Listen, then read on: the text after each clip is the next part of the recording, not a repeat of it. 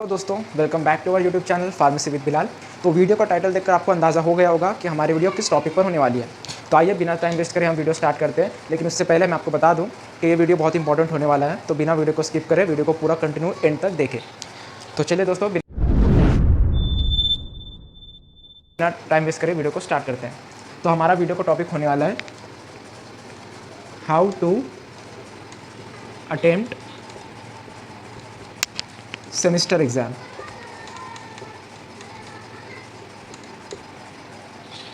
तो guys how to attempt semester exam हमारे video का टॉपिक है, और मैं इस वीडियो में आपको समझाने वाला हूँ कि सेमेस्टर एग्जाम में आंसर्स कैसे लिखने हैं, कैसे क्वेश्चन अटेम्प्ट करने हैं, किस तरीके से उन्हें डिज़ाइन करना है और कितने क्वेश्चंस के लिए कितने पेज क्वालिटी और क्वांटिटी सफिशिएंट होगी, ये पूरी डिटेल मैं आपको इस वीडियो में देने वाला हूँ। तो गाइस सबसे पहले मैं शुरुआत करता हूँ। हमारा यूनिवर्सिटी पेपर जो अक्सर 75 ऑफ मार्क्स का होता है, राइट। 75 मार्क्स का हमारा क्वेश्चन पेपर होता है, जिसके अंदर हमें 3 आवर का टाइम मिलता है गाइस। 3 आवर में हमें 75 मार्क्स कवर अप करने होते हैं, और इसी 75 मार्क्स को 3 सेक्शंस में डिवाइड किया जाता है, जो कि होते हैं सेक्शन ए, उसके बाद सेक्शन बी, उसके बाद सेक्शन सी।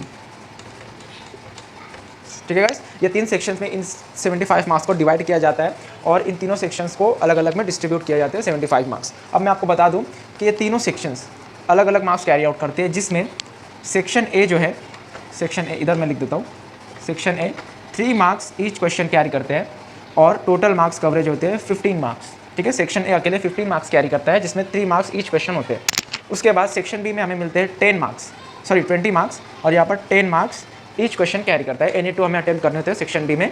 और सेक्शन सी, ये सेक्शन बहुत ज़्यादा इंपॉर्टेंट है guys exam point of view से। क्यों? इसके 2 रीजन है जो कि मैं आपको एंड में बताऊँगा। सेक्शन सी अकेले कैरी करता है 40 मार्क्स, और इसमें एनी 8 अटेम्प्ट करने होते हैं, जो कि 5 मार्क्स कैरी करते हैं। 5 × 8 40। ठीक है गाइस, तो मैं आपको बता दूं तीनों सेक्शंस में किस तरीके से क्वेश्चन आते हैं और कैसे उन्हें अटेम्प्ट करना है, मैं भी बताता हूँ आपको। एक एक सेक्शन हम देखेंगे।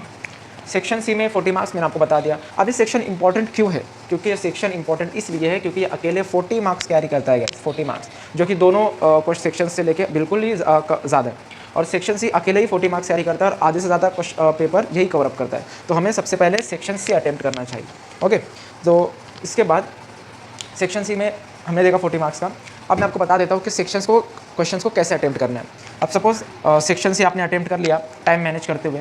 अब सेक्शन सी में सपोज 5 मार्क्स के लिए क्वेश्चन पूछा है, तो 5 मार्क्स ने फॉर एग्जांपल आपको एड्स के बारे में पूछा है 5 मार्क्स के क्वेश्चन में। अब आप आंसर लिखोगे कैसे? आंसर लिखना और डिज़ाइन करना भी एक कला है। आप ऐसे समझो कि आप खुद एग्जामिनर हो। सपोज करो कि आप खुद एग्जामिनर हो, आप किस तरीके के आंसर को कितने मार्क्स दोगे, आपको कैसा आंसर चाहिए होगा, और आपको आउट ऑफ में से आप उसे कितने मार्क्स दोगे। तो आप खुद एग्जामिनर बन जाओ, अपने आप को एग्जामिनर समझो, और देखो कि आपने खुद ने जो पेपर लिखा है क्या वो उस मार्क्स के वैल्यूएबल है या नहीं। ठीक है गाइस, अब बात आती है कि क्वेश्चन सर आप बता रहे थे कि एड्स को, यानी इस 5 मार्क्स वाले क्वेश्चन को कैसे लिखना है। तो सबसे पहले गाइस आपको 3 से 4 पेज में ये आंसर लिखना है, टाइम को देखते हुए। अगर आपके पास सफिशिएंट टाइम है, अगर आप पहले सेक्शन सी कर रहे हो तो 3 से 4 पेज में आंसर लिखो। 5 मार्क्स के लिए 3 से 4 पेज सफिशिएंट है।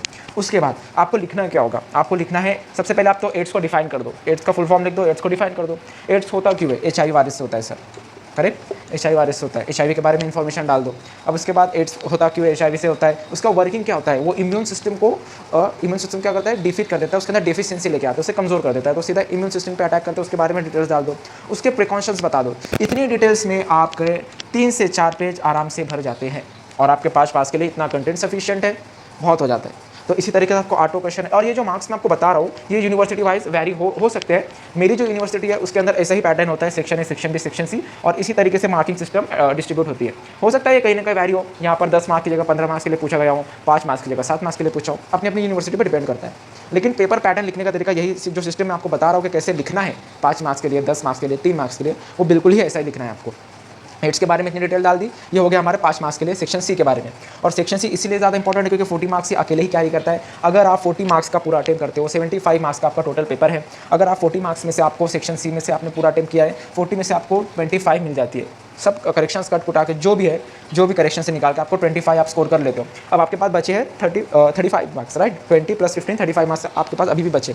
अब 35 में से सपोज आपको मिल जाती है 20, ठीक है, 20 तो आपको मिल जाएगी, तो आपका टोटल हो जाता है 45 का टोटल हो जाता है। और इसी के साथ साथ आपको इंटरनल आपके कॉलेज से 25 मार्क्स मिलती है, राइट, इंटरनल, क्योंकि ये 75 25 मिलकर क्या होता है 100 होता है। और मैं बता दूं यूनिवर्सिटी का पासिंग सिस्टम होता है 50%, यानी आपको 100 में से 50 मार्क्स स्कोर करने पड़ेंगे एटलीस्ट पास होने के लिए। तो मैं बता दूं कि 25 जो आपको मिलते हैं गाइस, ये सेशनल्स जो आपकी इंटरनल होती है ना, उसको बिल्कुल हल्के में लेना नहीं है। आप समझते हो कि सेमेस्टर में हम निकाल लेंगे, तो ये ऐसा बिल्कुल मत सोचना, क्योंकि इंटरनल मार्क्स आपकी बहुत ज़्यादा मैटर करती है। आपको इस पर बहुत ज़्यादा फोकस देना चाहिए। आपको 25 में से एटलीस्ट 20 या 18 मार्क्स तो स्कोर करने ही हैं, समझिए। 20 से अबाव तो टॉपर होते हैं, लेकिन एक एवरेज बच्चा कम से कम आपको 18 मार्क्स तो स्कोर करने हैं। अगर आप 18 नहीं कर पाते तो फिर थोड़ी मुश्किल आ जाती है, लेकिन आपको एटलीस्ट 18 स्कोर करना है, 18 या 17। ठीक है, 17 भी सफिशिएंट है। अब सपोज आपको मिल जाती है यहाँ पर 17, तो 45 मार्क्स आपकी यहाँ पर हो गई। यहाँ पर हम 17 ऐड कर देंगे, ये आपके हो जाएंगे 75 + 2 15 62। ओके, 62 आपकी हो जाती है। और पासिंग सिस्टम कितना था हमारा 50%, और ये हो जाती है 62, तो 100/62 आप यहाँ पर पास हो जा रहे हो इसी सिस्टम को फॉलो करते हुए। क्यों? क्योंकि आपने पहले ज़्यादा मार्क्स को वैल्यू देते हुए अपना क्वेश्चन आंसर लिखे। इसके बाद मैं आपको बता दूं कि सेक्शन बी कैसे अटेम्प्ट करना है। तो ठीक है गाइस, आपने देख लिया कि सेक्शन सी कैसे अटेम्प्ट करना है। अब मैं आपको बताता हूँ कि सेक्शन सी के बाद कौन सा सेक्शन आपको अटेम्प्ट करना है, अगर आप ज़्यादा से ज़्यादा मार्क्स ऑब्टेन करना चाहते हो तो। अब सेक्शन सी आपने अटेम्प्ट कर लिया था, अब आपको सेक्शन बी की तरफ जाना है। ठीक है गाइस, सेक्शन बी में अकेले ही आपके 20 मार्क्स बचे हुए हैं। ठीक है, 20 मार्क्स। अब सेक्शन बी 10 मार्क्स ईच के लिए गाइस, तो आपको हर एक क्वेश्चन डिटेल में ही बताना होगा, क्योंकि 10 मार्क्स का क्वेश्चन है, आप 4-5 पेज से ऑब्वियसली लिख नहीं सकते उसके अंदर। तो उसके बाद 10 मार्क्स के लिए आपको पूछा जाता है यहाँ पर ईच क्वेश्चन। अब सपोज यहाँ पर आपको पूछ रहा है कि डाइजेस्टिव सिस्टम के बारे में बताओ, give brief explanation about digestive system. Okay, digestive system के बारे में ब्रीफ एक्सप्लेनेशन दे दो। अब 10 मार्क्स के लिए पूछा है, तो आप डायरेक्ट डाइजेस्टिव सिस्टम बताओगे? बिल्कुल नहीं। सबसे पहले आपको आंसर में लिखना क्या होगा कि डाइजेस्टिव सिस्टम क्या है। डाइजेस्टिव सिस्टम को डिफाइन करना है आपको। ठीक है, डाइजेस्टिव सिस्टम को सबसे पहले डिफाइन करना है। डिफाइन करने के बाद आपको बताना ये है कि डाइजेस्टिव सिस्टम के ऑर्गन्स कौन कौन से होते हैं, डाइजेस्टिव सिस्टम में कौन कौन से ऑर्गन इन्वॉल्व होते हैं। सिंपल है, mouth, oesophagus, stomach, small intestine, large intestine, rectum, anus के थ्रू एक्ट हो जाता है। जो टोटल ऑर्गन आपको सबसे पहले एनलिस्ट करना है। मैं आपको फिर से बता रहा हूँ, आपको एनलिस्ट करना है। जैसे जितने भी होते हैं आपको 1 देके बताना है, माउथ 2 करके इसोफेगस लिखना है। इससे पहले एनलिस्ट कर दो, उसके बाद जो पॉइंट आपने लिस्ट किया, जो ऑर्गन आपने लिस्ट किया डाइजेस्टिव सिस्टम के, उसको एक्सप्लेन कर दो कि माउथ क्या है, उसका रोल क्या है डाइजेस्टिव सिस्टम में, इसोफेगस का रोल क्या है डाइजेस्टिव सिस्टम में, और ये जितने भी ऑर्गन्स हैं उनको। तो ठीक है गाइस, हमने देखा कि ऑर्गन पहले लिस्ट करना है, उसके बाद आपको उनका रोल एक्सप्लेन कर देना है। अगर आप इतना लिखते हो तो आपके 3 से 4 पेज तो ऐसे ही हो जाएंगे, 3 से 4 पेज। उसके बाद आपको एक्सप्लेन करने के बाद बता देना है कि उसका इंपॉर्टेंस क्या है, कहाँ पर यूज होता है। इतना सब लिख कर आपके एटलीस्ट 7 to 8 पेजेस होना चाहिए। इतने 7 to 8 पेजेस सफिशिएंट है 10 मार्क्स के लिए विद कंटेंट। अगेन मैं आपको बता रहा हूँ कि quality plus quantity is the most sufficient factor related to this marking system. आपको क्वालिटी पे भी फोकस करना है, आपको क्वांटिटी पर भी फोकस करना है। और मैं आपको एक सजेशन दूंगा कि आप पढ़कर ही जाओ, चिट्ठी के भरोसे बिल्कुल मत जाओ, क्योंकि मेरे ऐसे बहुत से दोस्तों को जो चिट्ठी के भरोसे तो जाते हैं, लेकिन उतना टाइम उनको मिल ही नहीं पाता, क्योंकि मैक्सिमम टाइम 3 आवर है। 3 आवर में आप इतना करोगे तो उतना हो ही नहीं पाएगा। ठीक है, उनका अक्सर पेपर छूट जाता है। मैं आपको यही सजेशन दूंगा कि आप पढ़ कर जाओ, थोड़ा पढ़ो लेकिन अच्छा पढ़ो, और मैं गारंटी देता हूँ कि आप एटलीस्ट पास हो ही जाओगे। ठीक है, अब ये हो गया 10 मार्क्स के रिलेटेड गाइस। 10 मार्क्स में आपको इतना लिखना है विद क्वालिटी, और आपको 10 मार्क्स में से एटलीस्ट 7 या 8 मार्क्स तो मिल ही जाएंगे। 10 में से 10 किसी को नहीं मिलते गाइस, आउट ऑफ मार्क्स किसी को नहीं मिलते हैं। आप again I am repeating, out of marks किसी को नहीं मिलते। आपको 7 to 8 मिल जाते हैं सफिशिएंट मार्क्स से। उसके बाद हम आ जाते हैं सेक्शन ए पर। ठीक है, सेक्शन ए पे आपको 3 मार्क्स कैरी करता है ईच क्वेश्चन, 15 मार्क्स यहाँ पर टोटल है। ठीक है, 3 मार्क्स ईच, 15 मार्क्स टोटल। अब सेक्शन ए में सपोज आपको पूछा है न्यूरॉन के बारे में, ये बताओ भैया न्यूरॉन क्या है, तो बता दीजिए न्यूरॉन क्या है 3 मार्क्स के हिसाब से। न्यूरॉन में सबसे पहले आप डिफाइन कर दीजिए न्यूरॉन क्या है, उसके बाद उसका स्ट्रक्चर बना दीजिए, उसको एनालिसिस कर दीजिए, उसके स्ट्रक्चर में क्या क्या है, उसके स्ट्रक्चर में कौन कौन से पार्ट्स इन्वॉल्व है, उसको अच्छे से लेबल कर दीजिए। आपके 3 में से 2.5 मार्क्स पक्की, 2 से 2.5 तो आराम से पक्की, क्योंकि आपने स्ट्रक्चर बना दिया, अच्छे से लेबल कर दिया, उसको एक्सप्लेन कर दिया न्यूरॉन के रिगार्डिंग। अगर आपको पूछा है यहाँ पर कि CSF के बारे में बता दो भैया 3 मार्क्स के हिसाब से, तो CSF बता दो, सेरिब्रल स्पाइनल फ्लूइड है वो इसमें जो होता है, सॉरी सेरिब्रल स्पाइनल फ्लूइड है वो ब्रेन के स्पेस में, मेनिंजेस के स्पेस में अवेलेबल होता है, और भी जो की पॉइंट्स है वहाँ पर डाल दो, CSF के बारे में आ गया वहाँ पर। ठीक है, तो 3 मार्क्स के हिसाब से आपको 1.5 से 2 पेजेस सफिशिएंट। ठीक है, 1.5 से 2 पेजेस सफिशिएंट, वेरी सफिशिएंट। आपको इसमें से आराम से 2-2.5 तो मिल जाएंगे। अब मैं आपको बताता हूँ, पॉज करो। तो ठीक है गाइस, तीनों सेक्शन हमने देख लिया कि कैसे तीनों सेक्शंस में आंसर्स लिखना है हमें, और किस तरीके से क्वालिटी प्लस क्वांटिटी हमें डिलीवर करना है। आप खुद ही समझिए, आप एग्जामिनर हैं और आपको किस तरीके पेपर चेक करने हैं, कौन कौन से की पॉइंट्स वहाँ पर आप देखेंगे चेकिंग के टाइम, बस वही की पॉइंट्स अपने पेपर में डाल दीजिए एग्जाम के टाइम। ये मैंने बताया आपको 3 आवर को मैनेज करते हुए अपने प्रोसेस को स्टार्ट करने के लिए। अब मैं आपको बताता हूँ कि सपोज आपने सेक्शन सी पहले अटेम्प्ट किया, ठीक है, सेक्शन से आपने पहले अटेम्प्ट किया और सेक्शन ए पे आने तक आपके पास हाफ एन आवर बचा है, तो आप क्या करिए, हाफ एन आवर में आपको 3 मार्क्स के लिए क्वेश्चन होता है सेक्शन ए में, हाफ एन आवर बचा है। उसके बाद आपको करना क्या है कि आप जहाँ हमने टारगेट रखा था 1.5 से 2 पेज का, आप उसे 1.5 पेज ही रख दीजिए और की पॉइंट्स एक्सप्लेन कर दीजिए बस। जैसे न्यूरॉन के बारे में पूछा था तो हम डायग्राम विद एग्जांपल देने वाले, डायग्राम के एक पार्ट को एक्सप्लेन करने वाले थे, तो आपको क्या करना है, न्यूरॉन को एक्सप्लेन कर देना है, उसके बाद एक डायग्राम अच्छी वेल लेवल डायग्राम बनाकर स्टॉप कर देना है टाइम को देखते हुए।